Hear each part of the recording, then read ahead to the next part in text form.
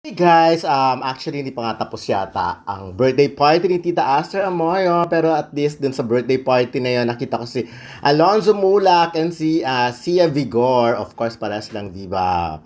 Kumbaga, pwede silang, actually, narinig ko na yung plano. Sabi ni Nino Mulak at si Tita Aster, the manager, gusto niyang gawing magka-love team nga yung dalawa. Although, parehas, bata pa, 14, 15 pa lang sila. Pero alam niyo naman, di ba, dati nga sila Rufa, nag-start 13, 14, 15. Ganun talaga start ang love team. And this time, naisip nga nila na paggawing tandem yung dalawa. So, may naisip na nga silang Alonsia or si Alonso, mga ganon. So, anyways, mukha namang may parehas naman silang young, 'di ba? Parang child star.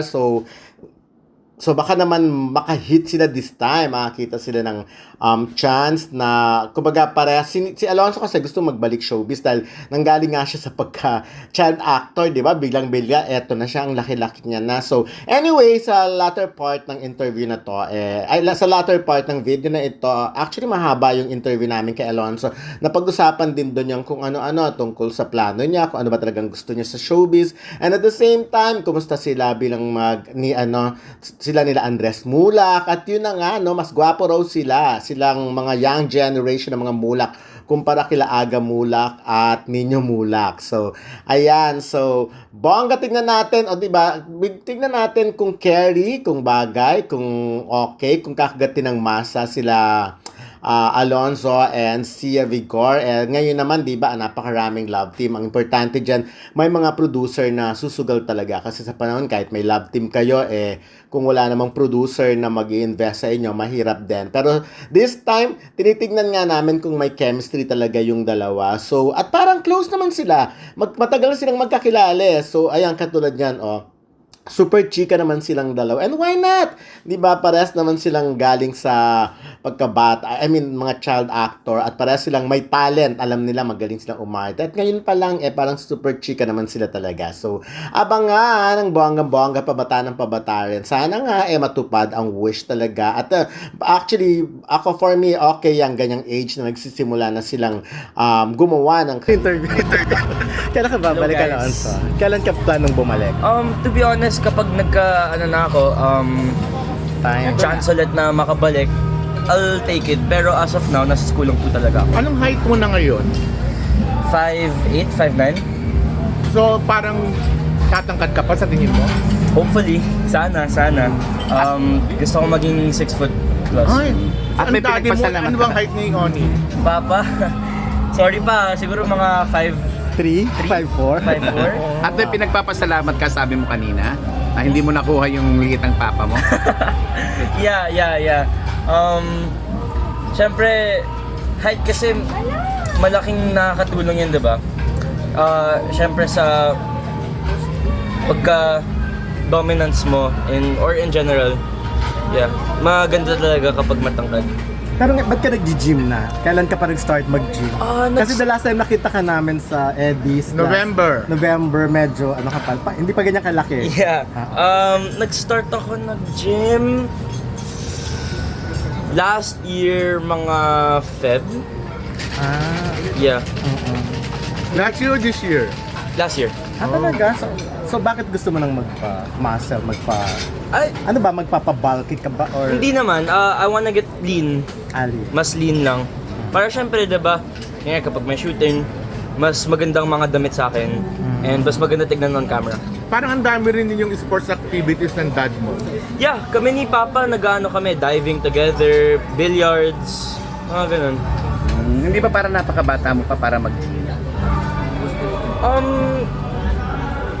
Siguro, pero hindi ko naman po ino-over work yung sarili ko. Kasi syempre, ang mga ka-age ko, hindi naman talaga dapat sobrang bigat ang mga weights na inaano So namin. weights talaga sa'yo. Yeah, pero to doctors naman, pwede naman mag-gym as long na it's not too much for you. Yung sakto lang, and mas maganda rin na mag-ano ka lang, cardio, treadmill, and then, ayun. Hindi ka ba Kumusta ng 14 years old ngayon? Kumusta ka ng pagiging 14? Being 14, a lot has changed. Siyempre, puberty, school, ano na ako, grade 8 as of now. I'm studying in La Salle Green Hills. Siyempre, new friends and more opportunities. And girls. Sakto lang, sakto lang. Hindi ka ba natatakot sa pag-gym mo? Baka mabansot ka. Pero malaki na siya eh. Siyempre may precautions po ako, tsaka I have a training coach for me to keep an eye on me para hindi ako magka-injury. Pero Alonso, pag comeback mo sana, ano talaga yung gusto mo? Pag comeback mo ng showbiz, like, kasi syempre child star ka nung nakita namin. Yeah. Tapos nagbibida ka and all that. So ngayon, ano talagang gusto mong mangyari sa pag-comeback mo? Sa pag-comeback ko, I mean, alam ko naman na hindi ko aabot yung level na pagka-child star ni Papa. Okay. Pero I wanna continue my dad's legacy ng pagka-acting. And I wanna do better kung babalik ako sa showbiz. May sibling rivalry ba kayo ng kuya ko? No. Me and my brother are very close. Very close kami, very. Kasi kami lang po dalawa eh. So, ayun. Kanina parang napansin namin, pinapahanginan yung pandaddy nyo ni... ano yun? Kailangan mo... Papa kasi pinapawisan eh. Oo. Hindi, like gusto mo bang maging matinee idol na komedyante, dramatic actor, or pagbalik mo? Kasi nakilala ka nga child actor na medyo nagko-comedy. Yeah. Kasi syempre, nung baby ako, di ba kamukha ko si Papa. Yes. So, nag-follow ako sa pagka-comedic acting niya. Pero ako, I wanna try action. Action. I wanna try action. Kasi si Papa ngayon nag-action eh. Pero grabe pa rin ang pagko-comedy niya kahit nung mag-guest siya sa sa Family Feud, pagulong-gulong pa siya sa sahig. Even nung press ko noon eh. Correct, sa press ko ng walang matigas. Matigas na Yeah. tinapay. Tumatumbling pang daddy mo. Pero yeah, ako gusto ko magka-try ng action movie. Pero bata ka pa, baka pwedeng love team muna. Okay ba sa'yo yun? Yeah, of course. I'm open naman to any, pero if it's for me lang, or kahit sa future, I wanna try action. Kahit sidekick lang ako, diba? Talaga? May crush ka na ba sa mga sa mga young actresses ngayon? As of now, wala naman po. Pero given the chance na magkaroon ng ka-love team, sino sana? Given the chance, it's a hard question eh. Ako kahit I'm open naman to kahit sino, and I'd be glad to get to know them a lot. Yeah. Parang kahit ang papa mo dati, lapitin sa mga babae. Oo, no? di ba? Alam mo yun. Nako si Papa, ayan talagang napaka sa babae. Pero anong binibigay niyang mga, hindi tips eh, anong advice? O may warning ba siyang sinasabi sa'yo na huwag masyado? Ang sinasabi sa akin ni Papa is, ang fame ng tao, hindi naman talaga yan forever. So, while you have it, and if you really love what you do, you take care of it na. Siyempre, yung mga fans ko, fans ni Papa, whoever, we have to take care of them. Siyempre, kasi sila yung nagpapabuhay sa amin, di ba? And they're the one that gives us love. Pero when it comes to girls, anong... Nako. Sinasabi niya huwag ka masyadong babaero? Nako. Nagmana ka ba sa daddy mo, sa papa mo? Siyempre naman. Talaga, nakarami ka na? Nakailang girlfriend ka na agad-agad at the age of 14? Secret po, secret. Ngayon ba may girlfriend ka? No. Okay. Yung next generation daw ng mga mulak, mas fighter ba? Mas... Like kayo nila Andres, di ba? Mas matatapang ba kayo? Mas adventurous? May mga ganon. Mas nag-explore? Ngayon kasi masyado ng madami ng rules.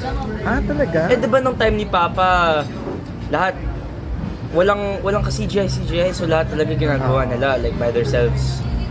Si Papa, minsan lang naman yan double.